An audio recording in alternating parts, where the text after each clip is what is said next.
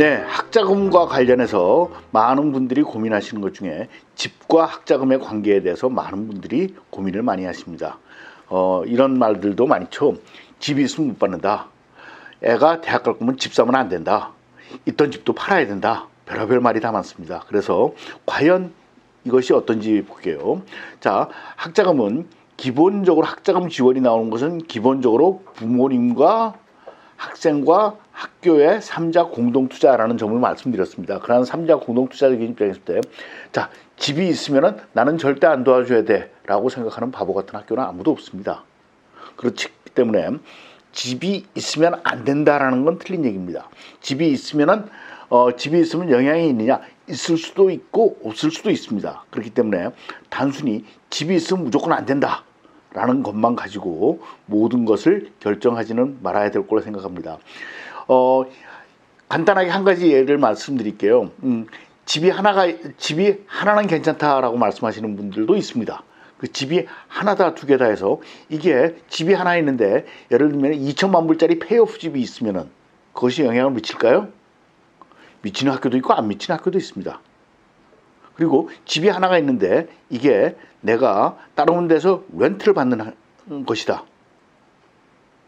다른 사람한테 렌트를 주고 나도 렌트를 산다. 그럼 집이 하나라도 계산하는 방법이 다르겠죠. 그래서 이러한 집에 관한 부분을 조금 더 자세하게 알려드리는 시간을 가지도록 하겠습니다. 네, 감사합니다.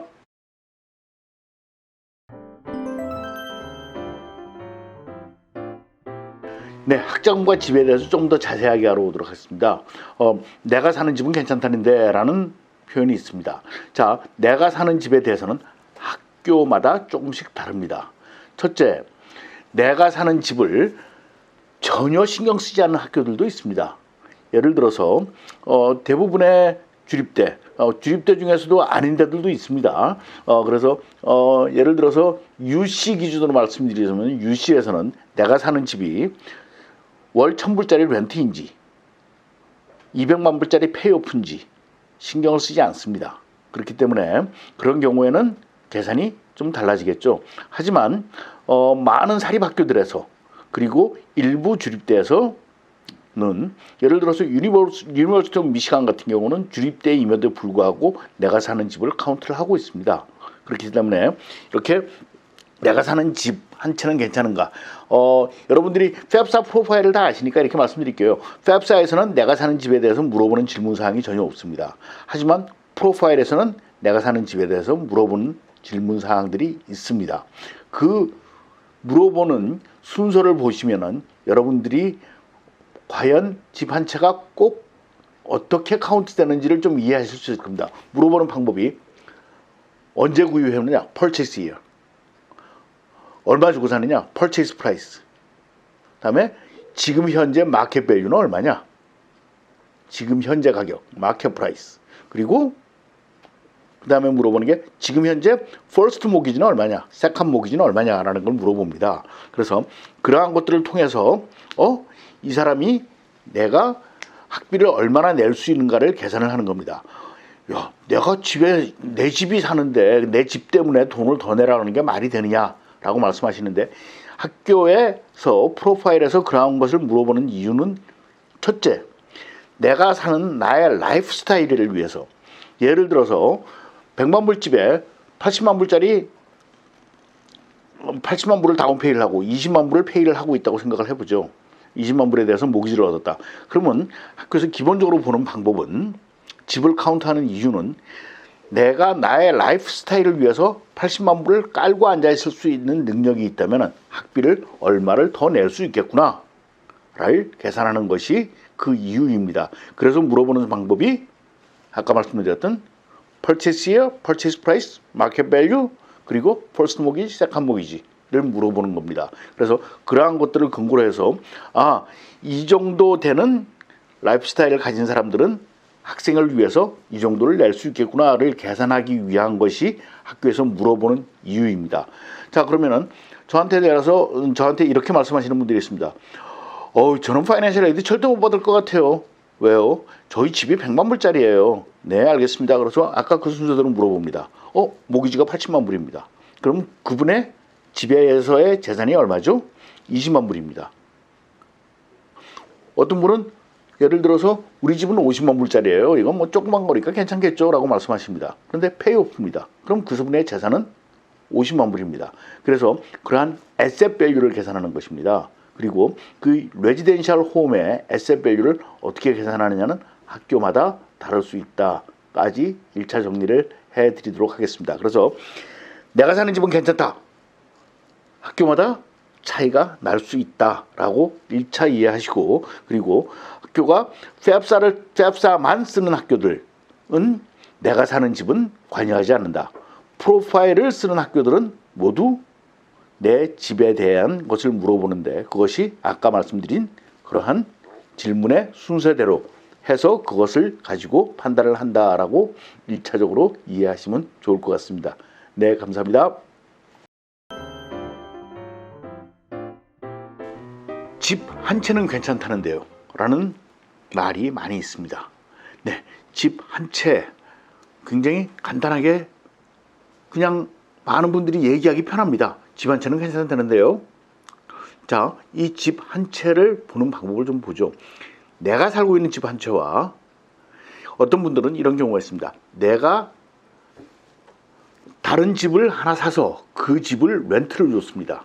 그리고 나는 다른 곳에 렌트를 살고 있습니다. 나 집 한 채니까 괜찮죠? 라고 물어보십니다. 그것을 집 한 채가 있으면 된다 안 된다라는 결론을 내려고 하니까 그렇게 헷갈리게 답이 나오는 겁니다. 자, 학교에서는 부모님이 가지고 있는 에셋이 어떤 에셋을 얼마를 가지고 있느냐를 물어보는 겁니다. 자, 리얼 에스테이트 인베스트먼트라는 에셋이 있을 수 있습니다. 내가 다른 집을 사서 그것을 렌트를 주고 있으면 그것은 나의 리얼 에스테이트 인베스트먼트로 보는 것이 학교의 입장입니다. 즉 부동산에 예를 들어서 30만 불을 투자할 수 있으면 애를 위해서 1년에 얼마를 낼 수 있다라는 기준을 정해놓고 그러한 것들을 계산하는 방법이 있는 겁니다.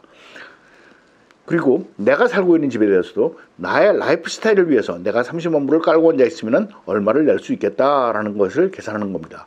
자, 여러분들이 들어보셨던 두 개의 종류가 에셋의 종류가 다릅니다. 그렇기 때문에 내가 리얼 에스테이트 인베스트먼트에 30만 불을 했다면 학생을 위해서 투자할 수 있는 금액이 많다고 계산을 합니다.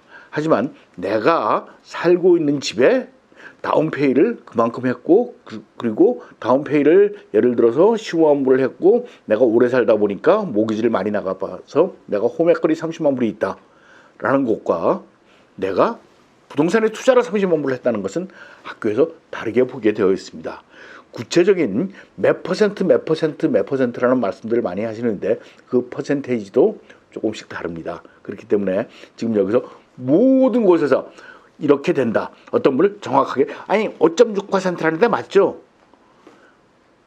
답하기가 굉장히 힘듭니다. 학교에 따라서 퍼센테이지도 조금씩 달라지고 어떤 학교에서는 일부러 카운트한다 그래놓고 카운트하지 않는 학교들도 있습니다. 그래서 그런 것들에 따라서 달라진다. 그렇기 때문에 하지만 집 한 채면 괜찮다는데요. 오늘 질문이 조금 잘못됐습니다. 내가 가지고 있는 에셋의 종류가 내가 렌탈 프로퍼티가 있다면 이것은 나의 리얼 에스테이트 인베스트먼트로서 그 밸류가 계산이 되고 내가 살고 있는 집은 나의 레지덴셜 홈 에쿼리로서 계산이 됩니다.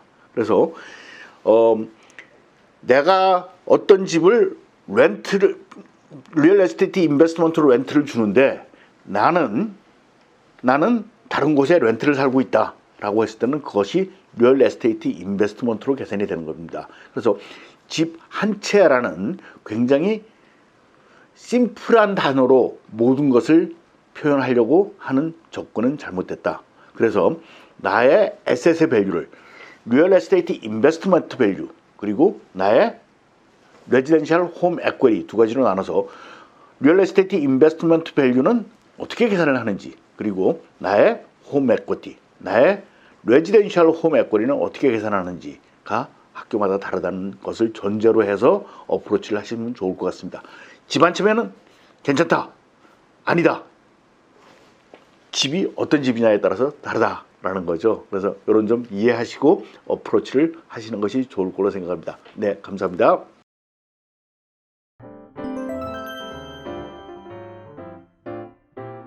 그래서 집에 대해서 집 때문에 내가 살고 있는 집 때문에 그렇게 고민이 많으신 분들에 대해서 1차적으로 집이 있으면 못 받는다는데요. 그거 꼭 맞지만은 않은 것이다라고 제가 말씀을 드렸습니다. 일반적인 경우로 이렇게 생각을 해보죠. 60만 불짜리 집을 사는데 20% 다운페이를 하면 12만 불 다운페이를 했습니다. 그리고 60만 불을 주고 사가지고 내가 5년 동안 열심히 돈을 갚았습니다. 모기지를 페이를 했습니다. 그러면은 홈에거리가 조금 늘었겠죠. 거기다 집값이 좀 올랐습니다. 그래서 60만 불짜리 주고 산 집이 65만 불이 됐습니다. 그리고 내가 처음에 12만 불 다운페이를 했는데 어떻게 몇 년을 갚다 보니까 나의 모기지가 한 3만 불 줄었습니다. 그러면은 12만 불에 5만 불 집값이 늘었고 그리고 액거리가 3만 불이 더 생겼기 때문에 한 20만 불 정도 자신의 홈 액거리가 있게 되는 거죠. 그 정도를 가지고 내가 65만 불짜리 집에 사는데 20만 불 쓴다라고 해서 있다고 해서 학비를 무지하게 더 내야 된다라고 생각하는 그런 바보 같은 학교는 아무도 없습니다. 그것은 일반적인 삶의 방법이라고 생각을 하고 그렇기 때문에 학비에 대해서 어떻게 힘이 들지. 자, 부모님이 학생들을 대학 보낼 때 내가 얼마나 힘이 드는지를 고려해서 도와주는 것이 학교에서 학자금을 주는 이유라 그랬죠. 그래서 지금처럼 그렇게 일반적으로 내가 생활을 하고 있는 것. 그런데 이 사람은 집 있으니까 절대 안 줘야지. 학교 절대 그렇게 생각하지 않습니다. 그리고 그러니까 집 한 채는 괜찮다라는 이상한 것을 듣고 내가 200만 불짜리 집을 통째로 현금으로 캐시로 200만 불을 사서 그래서 그것을 렌트를 받으면서 나는 싼 렌트집에 살면서 나는 집이 한 채밖에 없으니까 그러니까 학자금을 다 받아야 돼 라고 하는 것을 찾기 위한 것이지 집 있는 사람은 다 두드려 잡자 라고 생각하는 것이 절대 아닙니다. 그래서 여러분들의 일반적인 경제생활을 학교에서 학자금 내기 힘든 부분을 어떻게 도와줄까 하는 것이 학교 입장이지 요 사람은 잡아서 돈을 안 줄 거야가 학교 입장이 아닙니다. 이 사람이 사는 것을 보니까 이렇게 힘든 부분을 내가 어떻게 도와줄까라는 것을 생각하는 것이 학교입니다. 그래서 모든 것을 집 한 채는 괜찮다는데 이런 일반적인 룰로 만들지 마시고 집이 있으면 돈을 못 받는데 이런 룰로 만들지 마시고 내가 열심히 살아가면서 경제활동을 하면서 학생들을 열심히 키우고 내 자식들을 대학을 보내는데 내가 힘든 부분을 학교에서 같이 공유해서 그 힘듦을 나눠 가지고자 하는 것이 학교의 입장이고 그렇게 공유를 해줌으로써 학생들이 내가 돈이 없어서 그 학교를 가기 힘들었는데 학교에서 도와줘서 너무 고맙고 내가 성공한 다음에 돈을 벌어서 학교에 많은 도네이션을 해야지라는 마음을 갖게 만들고자 하는 것이 학교의 목적입니다. 그렇기 때문에 집 있는 사람은 잡아서 절대 안 줘야지 이런 마음을 가진 학교 하나도 없습니다. 그래서 여러분들의 정상적인 생활 과정을 여러분들이 학교에다가 같이 공유하면서 내가 이 정도는 내가 감당을 하겠지만 내가 이 정도는 감당하기가 힘들다라는 것을 학교와 같이 감당을 함으로써 학생을 상대로 같이 공동 투자를 하는 파트너로서 학교를 보셔야지 학교가 나를 벌칙을 주기 위해서 오는 것이 아니다라는 전제를 가지고 어프로치를 하셨으면 좋겠습니다. 네, 대단히 감사합니다.